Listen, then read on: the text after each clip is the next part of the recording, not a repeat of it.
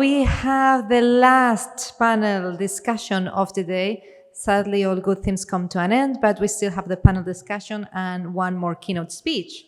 And our final panel discussion of the day explores hash rate 2.0. And joining us, we have Sharif Allayarov, Sales Director of Bitdeer. Please join us onto the stage. So, Robert Luft, Chief Strategy Officer at Ocean. James Ross, Senior Business Development Manager at M2. He is also Spanish like me, and then another Spanish, Nano Grijalba, Director of Business Development at Blockware Solutions. And last but not least, Mira Motevassel, Chief Operating Officer at MIGODI, the first lady on the stage of the day. Yay! Well, and Amina, of course. We also had Amina opening. But lovely to have all the women around. So, and leading this discussion, we'll have Ibrahim Abed, Product Listing Manager at M2. Let's give it up for him, please. Slightly makeshift. We've got a very, very solid panel here. And I believe we've had some preparation from Cambridge before. However, we did want to kind of take it from a high level to knowing that some people might not be as familiar with mining, might be more in the AI space, might be more in crypto, and take it from there step by step. So my suggestion was, first and foremost, we'd go maybe in a row, introduce yourselves, maybe give us a light background of how you got into crypto mining, into Bitcoin mining or mining in general, and tell us what you do and what your company does. My name is Nano Grijalba. I'm the Director of Business Developer at Blockware. Blockware is a US-based company. We're a vertical integrated mining company, and we are basically focused on provide access to mining to institutions, family office, and high net worth individuals. We have a proprietary technology called the Blockware Marketplace, where people can trade the miners with alongside with the power contract. Is live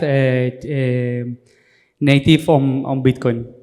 A fun fact of me, I was a professional cyclist for my whole life, and it's my second time in Dubai right now. Hi, my name is James Ross. I work in M2. I'm a business developer. I tried to mine 8 years ago, and right now we're trying to do new products in M2, especially for miners. I think the space, other exchanges that don't have these products, and we're building new products on it. Hello, everyone. My name is Robert Luft. I'm with Ocean Mining, and our focus at Ocean is how can we help further the decentralization of mining pools. We see this as one of the most core issues today, and one of our core focuses is empowering miners and allowing decentralization to be at the lead at the mining pool level. And myself, I got into mining in the industry back in 2019. I was in the military for a number of years. After the military, I started a small business that was focused on data center design build applications that exposed me to mining, and it's been a fascinating journey. Hi, good afternoon. My name is Sharif Allayarov. I'm from a company called Bitdeer, headquartered in Singapore. We are a technology company. We produce mining equipment. Our latest mining rig is 16.5 joules per terahash. Also, we do cloud hashing and selling our cloud packages on to our clients. Myself, I got into, let's say, blockchain back in 2014. I used to work in Bitmain as the head of sales of International. Then we switched to Bitdeer. And yep, looking forward. Hello, everyone. My name is Mira. I'm a COO of the MIGODI company. So MIGODI founded in 2021 and with a big idea. So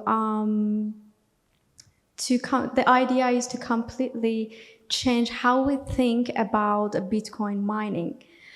From beginning, the plan was creating a platform like Google and AWS but specifically for a mining industry.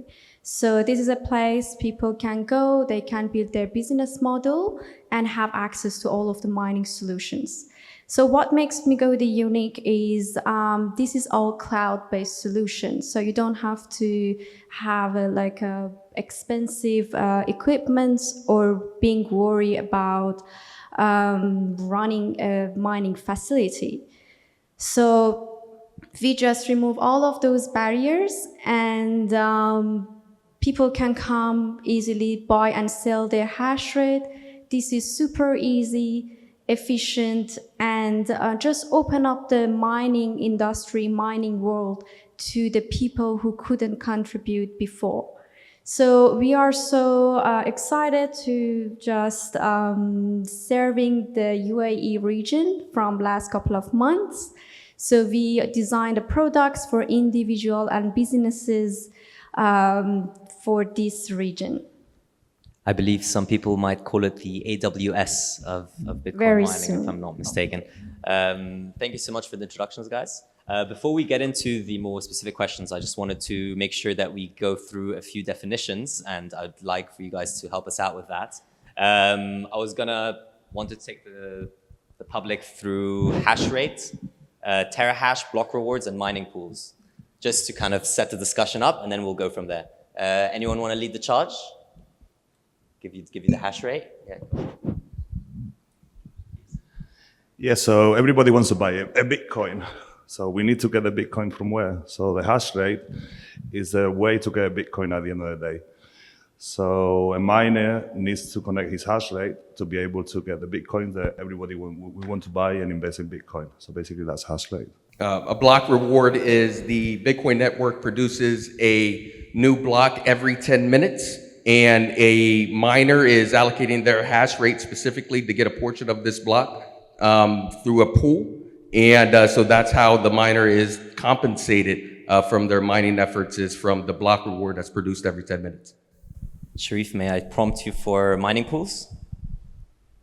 I want also to add about the block rewards that some people don't think that after 100 years, when the Bitcoin mining will finish, that everything will stop. No, after like certain amount of time, when the actually Bitcoin mining will finish, the miners will earn money on the rewards on transactions. So the rewards on the block, it will continuously, I mean, we don't know how long, but definitely after the Bitcoin as well, mining.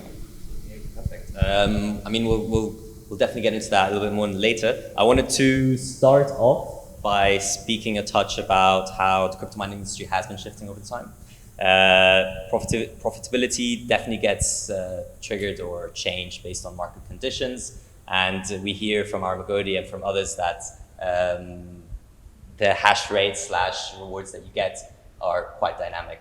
So with that in mind, I wanted to kick off the discussion and sort of ask how are miners adjusting to maintain profitability? How do you see this taking place in the next 5 years? Where were we in the past and where are we now? And anyone, I believe Nano haven't spoken yet, so here we go. Yeah, before we start, I think we forgot a very important denomination, like the hash price. The hash price is the price that our hash rate has on a spot, and it's measured in dollars or the currency and the petahash, so in the days.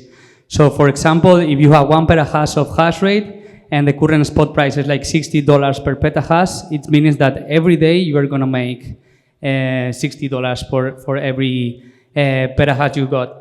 If we think about the profitability of the miners, we have to, the most important thing, I believe, is the energy cost.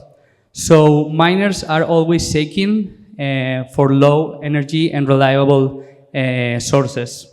So I believe that that's the main cost of producing Bitcoin. Also, we have to take in account, how we operate the facility and the cost, because that will add on top of the price. So having a very lean and a very efficient operation will lead us to stay more profitable. Also, there are a lot of tools that are available, like after-party firmware that allows us to underclock or give more efficient to the miners. And actually, there is a lot of strategies that we can do, like hedging our hash rate, and these products, this been here for a short period of time, like derivatives and these kind of products that allows the miners to stay profitable. So the industry is clearly changing a lot, and technologies like the Blockware marketplace that allows to bring liquidity to the ASIC side of the business that it wasn't possible before, where we can capture the value on the spot of the miner, because it's, I don't know how many people are mining here in this room. Can you please raise your hand? How many of you are in a hosting facility? And how many of you are self-miners? Okay, so you should pay attention to that. So the Blockware marketplace allows you to capture the liquidity on a spot of the miner. So you, as a miner, you have the ability to buy in bulk and buy super cheap miners. Mine them for 6-7 months, and then what do we do? I have to wait another 15 months to get my ROI, or Bitcoin price goes up, and I have the ability, but not the obligation, to sell it.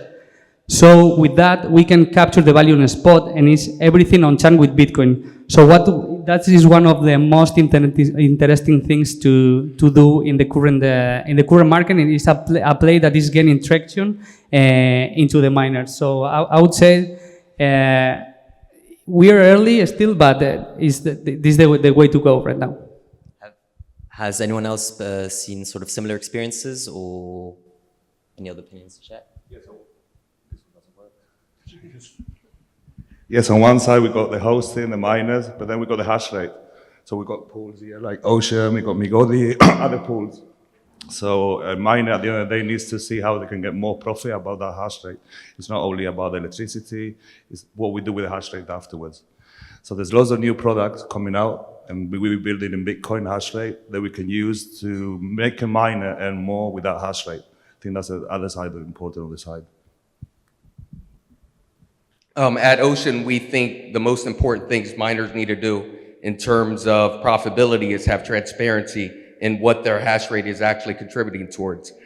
So making sure that there's clear peer through, that your hash rate is being contributed exactly to the percentage of per that block that you are mining towards that hash rate. So at Ocean, we have our payout system is called Tides. And Tides allows you to see your hash rate directly from the Coinbase and what you're contributing towards. So to make sure that, one, there's no hidden transaction fees there, and you're able to have a clear accounting about what you are to receive. So in terms of profitability, the first start point is transparency. Okay, I just wanted to segue slightly. Mira, for you, because I know we were having a chat earlier, and I wanted you to elaborate a little bit on how can miners earn more with the current hash rate and rewards per block, if that's okay. So the truth is miners cannot earn more directly from the blockchain itself. What they need to do is they need to find another solution, another way to make their hash rate more valuable, which they can use their computing power into the product or a business model. So if you want to do like a traditional mining, which you start mining, you get paid by rewards by blockchain.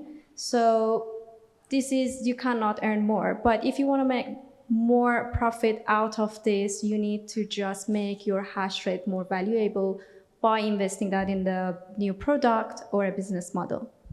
Okay, noted. Just segueing into electricity costs, because I know that does play a massive role.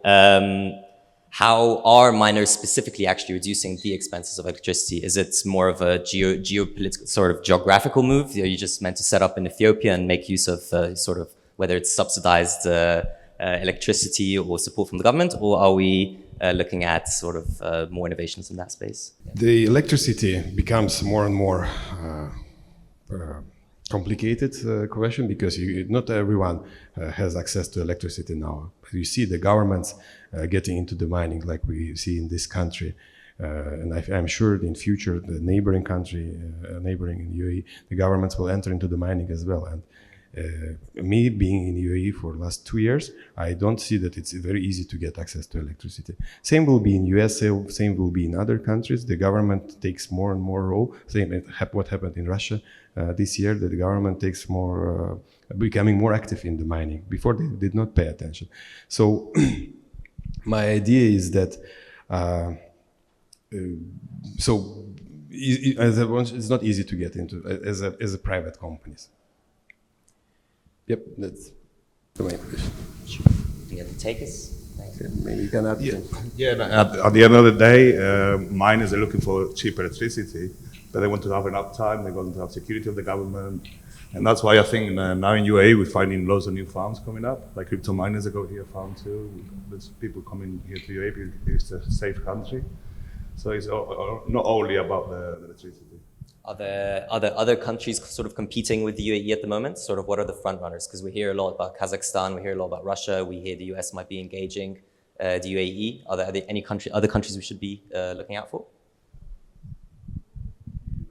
Not really. I personally have a very bad experience in Paraguay. I go there with the promise of cheap electricity, and I found out that I hit a wall with tough regulations, and it's something that as Jem said, like it's something that we have to consider, like the framework and the security to work.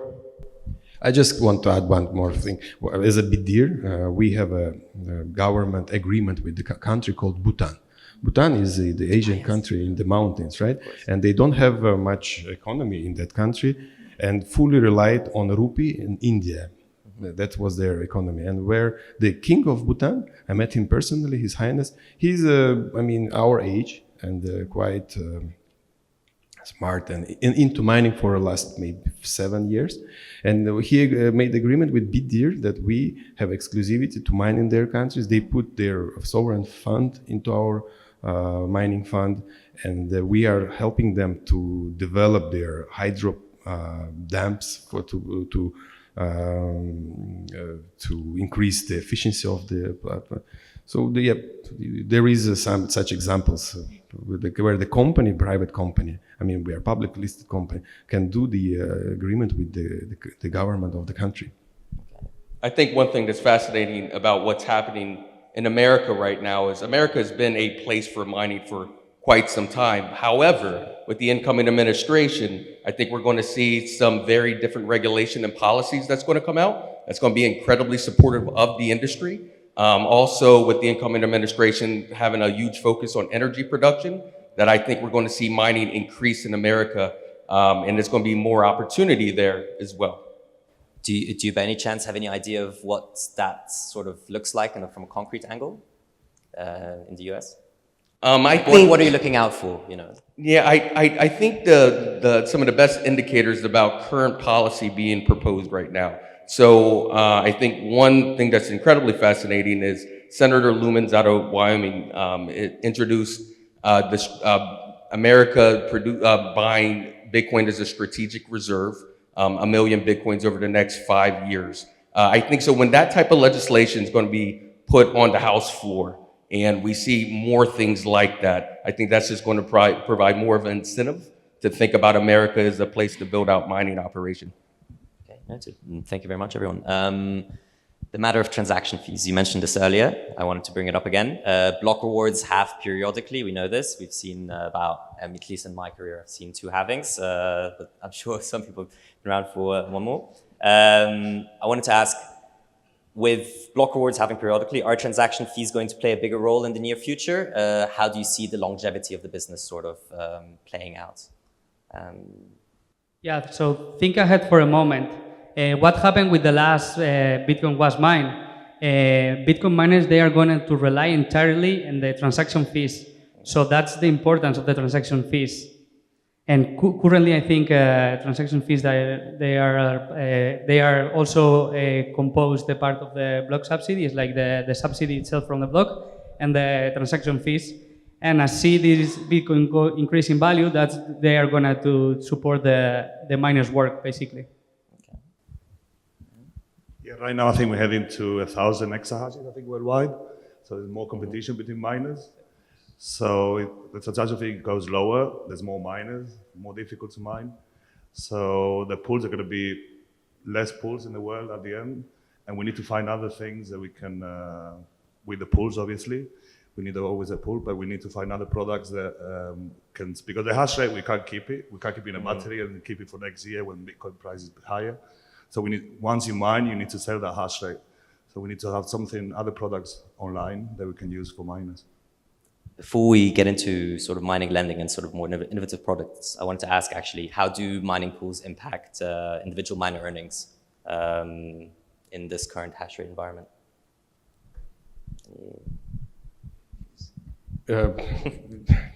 Today it's not easy to do we call it solo mining, where the private person can buy some miners from, let's say, us or other company and do the mining, if I understand the question correctly. And you have to have a luck, right? And you have to have a quite big amount of miners to run. And with the current hash rate, definitely for a solo miner I think it's already, I mean, it's the starting price, it's too high. It's easier to join the pool, and I know that now pools sometimes offering even 0% interest rate. I don't know how they do it though. And so yeah, it depends on your economy and how you want to gamble or you want to have a stable income. You know, one of the benefits that miners experience when they're solo mining is they have the ability to create their own block templates. However, they don't get to have the benefits of being in a pool. So like this gentleman just said, you know, in effect, they're lottery mining. So one thing Ocean has done is released a protocol called Datum, which is allowing miners to create their own custom block templates, but also get the benefits of still being within the pool. So this has been quite interesting for us. It's launched a couple months ago, and we've seen a 70% adoption of our miners currently on our pool utilizing Datum. So what we've seen is that for miners to not just be contributing their hash rate, but also to be influential within the network itself in what type of templates are going inside the network. So it's been fascinating seeing that miners are committed to helping decentralize the network as well. Yeah, I just want to add something real quick. Like, having a pool is a tough business. I was working for Slashpool before, and as you see, pools they are going to evolve to have complementary products because otherwise they are pretty unsustainable. It's really hard to run this business, especially getting into this competitive environment. And you can see, you know, all the major pools they have complementary products. So basically, a part of Ocean that is just doing advocacy for create your own block templates and all these decentralization things. You can see the shift of the pools used as a hook to you know, sell the miners their complementary products that they have.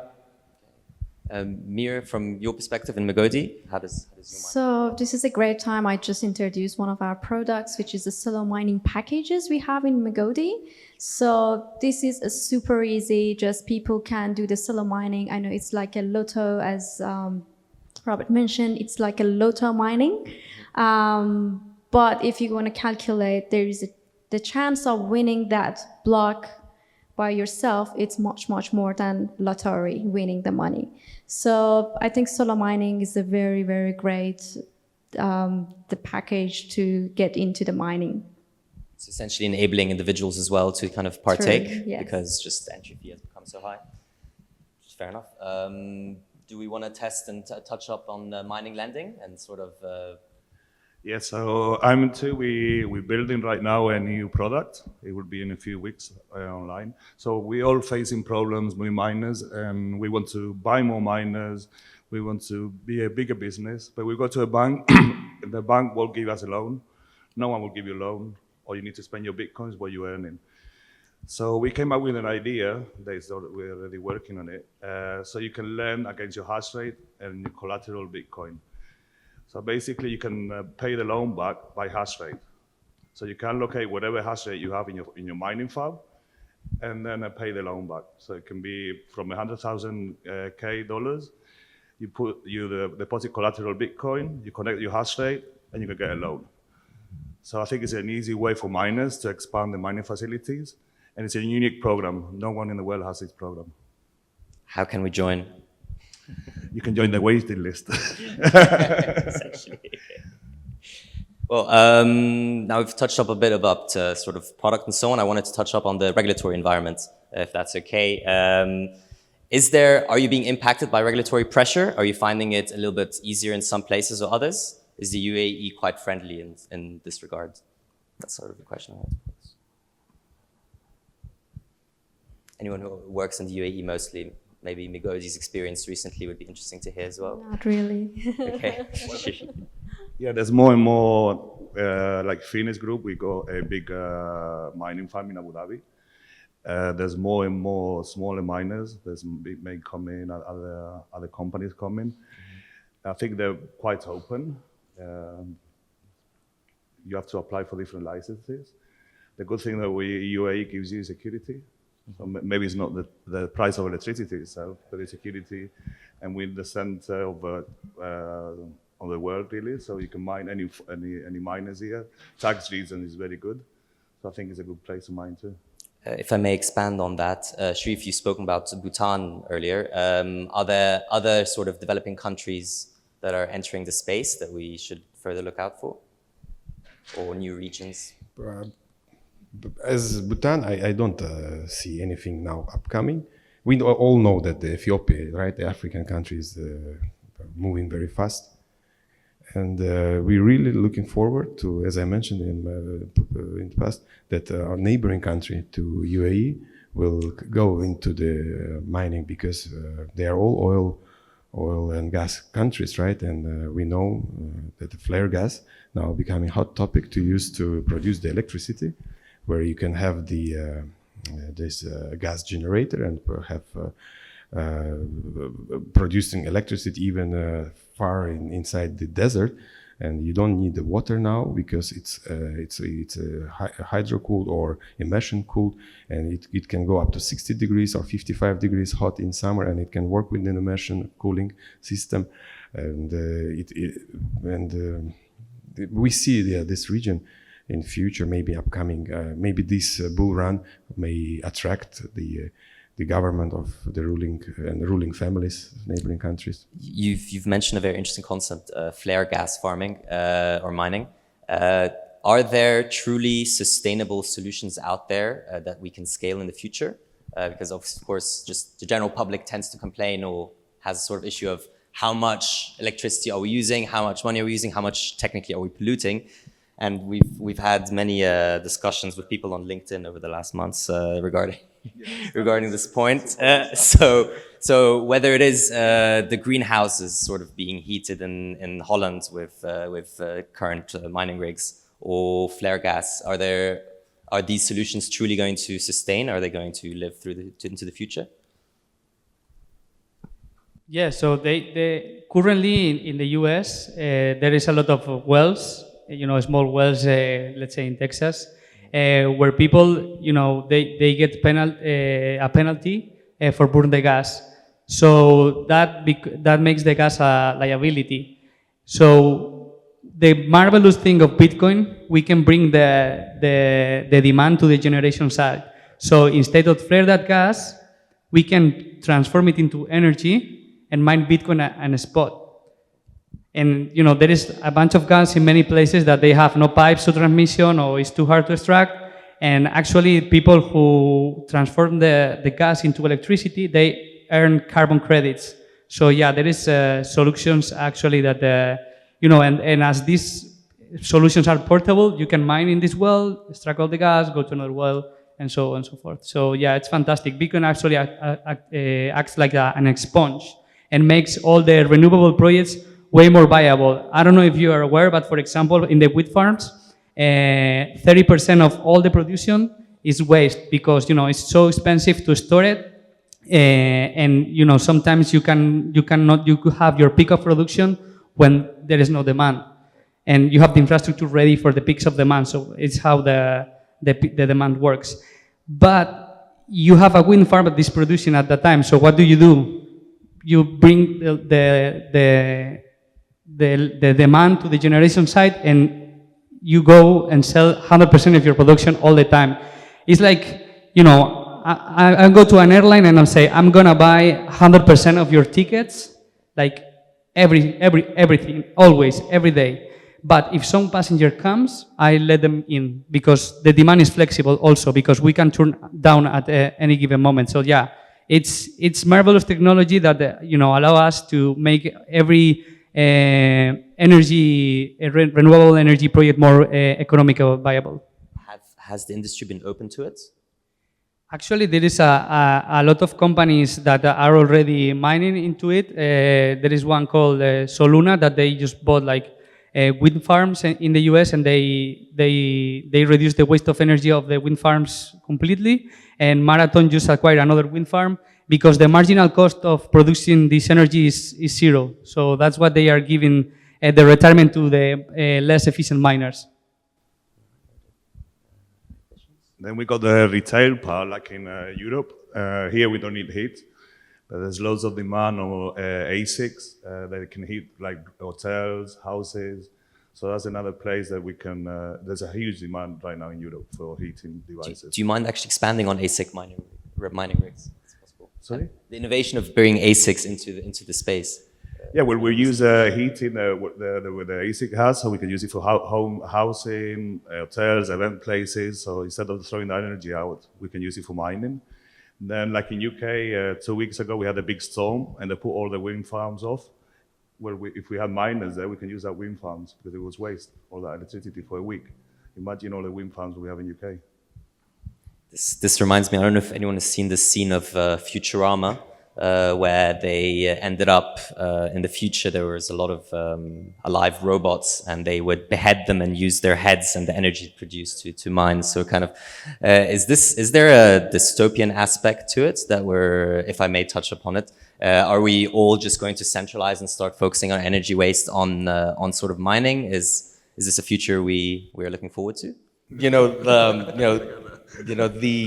dystopian future, who knows? But in terms of like being able to utilize assets that have not, that largely have been stranded has been quite fascinating. I was recently in Japan, and their utility, Tokyo Electric Power Company, have built these solar assets around the country, and a lot of them are detached from the grid.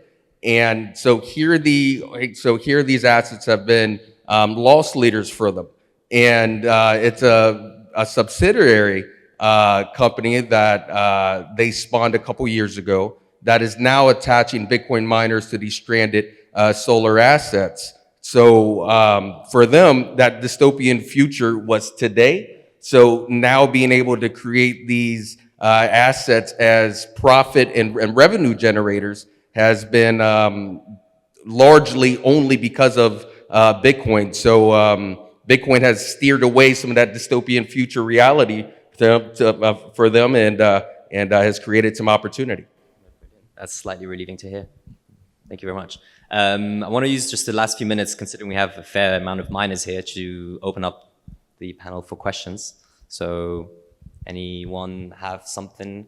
We'll take it 1, 2. I think we'll have time for 3 or 4. Here you go. And then, of course, Bitdeer. Thank you very much. What happens if Bitcoin mining stop? Because as we know, in the world, 90.7 million Bitcoins have already it was mined already, and we have only 1.3 million Bitcoins in availability. What happens if it's just finished? Well, that's what, in 4 years or 8 years' time, if we don't use our Bitcoins, everybody keeps it in a cold wallet, the miners can't survive because we're not using Bitcoin. So there's other products coming, not only mining to the blockchain, at the end you need to mine to the blockchain, but like MIGODI is doing other products, Ocean is doing other products that can make miners and the same as now or more. Because otherwise, mining in 8 years' time, if we don't use our Bitcoins, then the mining won't be there. I think his question was more about what will happen after all Bitcoin mined. And I already answered this question at the beginning. I said that, when I send you Bitcoin and you send me Bitcoin, we pay a commission. Let's say $1 or $2. And we are 8 billion people in the world. Imagine if 1 billion people will send every day coins to each other and $1 billion commission. This commission will go into the miners. That's why mining will never end. Miner is like the food for the blockchain.